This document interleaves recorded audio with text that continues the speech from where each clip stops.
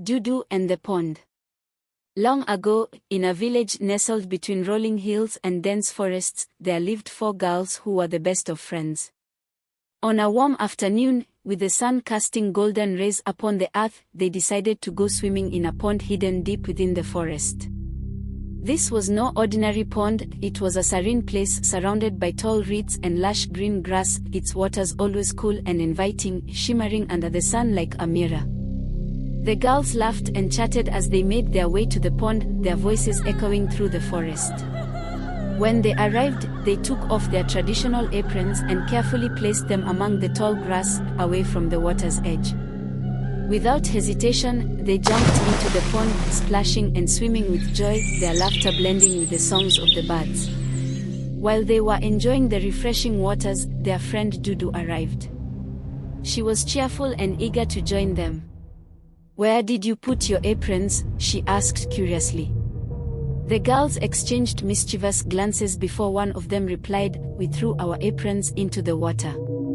Trusting her friends, Dudu quickly took off her apron and tossed it into the pond. Then, with a running start, she leaped into the water, joining in the fun. The girls burst into laughter, but it wasn't the kind that warms the heart, it was laughter rooted in deceit, for they knew they had tricked Dudu. After a while, the girls climbed out of the pond. They retrieved their aprons from the tall grass where they had hidden them. Thandi, one of the girls, held up her apron and said, "Here is my apron." Dudu was confused. "But I threw mine into the pond," she said, her voice tinged with worry. The girls only laughed harder as Dudu frantically searched the water for her lost apron. They dressed and left her behind, their laughter fading into the distance. Alone and ashamed, Dudu sat by the pond and began to cry. Between sobs, she asked softly, "Pond, did you see my apron?" The pond replied, "No, I did not." Determined to find her apron, Dudu walked along the riverbank, her bare feet sinking into the soft earth among the reeds. She stopped and asked the flowing river, "River, did you see my apron?" But the river remained silent. As she continued her search, a dark figure appeared ahead. Dudu's heart raced with fear, but as she drew closer, she realized it was an old woman, bent with age, her eyes sharp and filled with wisdom.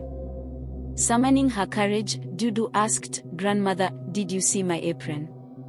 The old woman studied Dudu with a piercing gaze and then said, "If you scratch my back and lick it with your tongue, you will find not only what you lost but much more." Dudu hesitated, her heart filled with doubt and discomfort. But desperation can lead to courage, and so, swallowing her pride, she did as the old woman asked. She scratched the old woman's back gently and even licked it, despite her revulsion.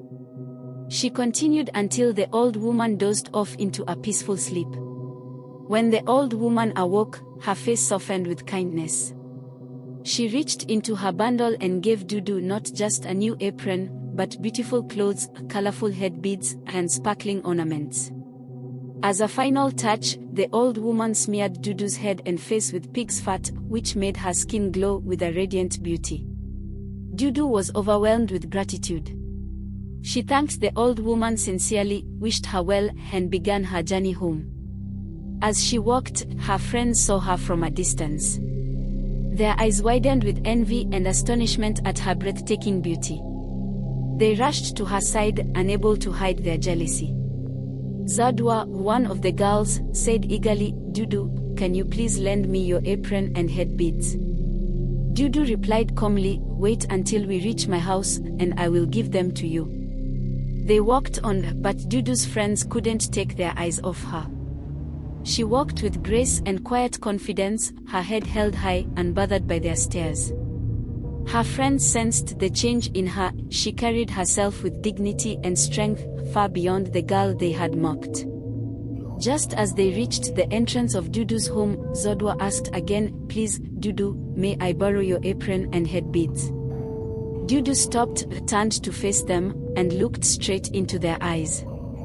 "You think you can deceive me at the pond, make me lose my apron, and expect me to be foolish enough not to see through your tricks?